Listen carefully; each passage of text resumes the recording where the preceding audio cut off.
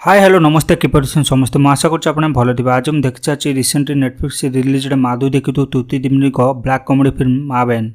मुवीर आरंभ आपने एक शांत और साधारण परिवार देखा जो कि एक माँ दुई झील रोचे किंतु गोटे दिन सका उठला बेलू एक डेड बॉडी को देखा पाइबे निज किचन रूम में। कि सबुठ बड़ समस्या हो कि आखपाखे ये पड़ोशी रोचे जो मान नजर गोटे छुंची लुचे कि गोटे नहीं पारे ना यहपरी एक परिस्थिति फसी जाती मुवीर तीन क्यारेक्टर जहाँकि आपने देखिपारे। यही मुवीर आपने माधु दीक्षित को रेखा और दुई झील जया जहाँ तुति दिमनी प्ले कर धरणा दुर्गा को सुषम भूमिका देखा पाइबे।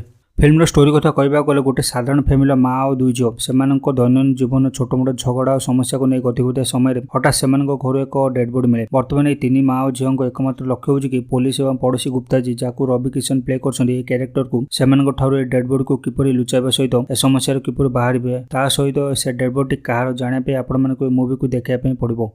एक्टिंग परफॉर्मेंस कथा कहवाई गले पूर्व माधु दीक्षित को आपण समस्ते एक ग्लैमरस और परफेक्ट रूप देखते किंतु ये मुवी से एक साधारण असहायता चालाक माँ भूमिका अभिनय कर तुति दिमनी एक दायित्ववान बुद्धिमती झील भूमिका अभिनय कर धरणा दुर्गा एक आधुनिक इंटरनेट प्रेमी झील क्यारेक्टर कमेडी तड़का लगे। यह सहित रवि किशन को यह मुवी लाइफलाइन कहले भूल हेनी कारण सन्देह पड़ोशी भाव कमिंग टाइमिंग आपण बहुत हसैब।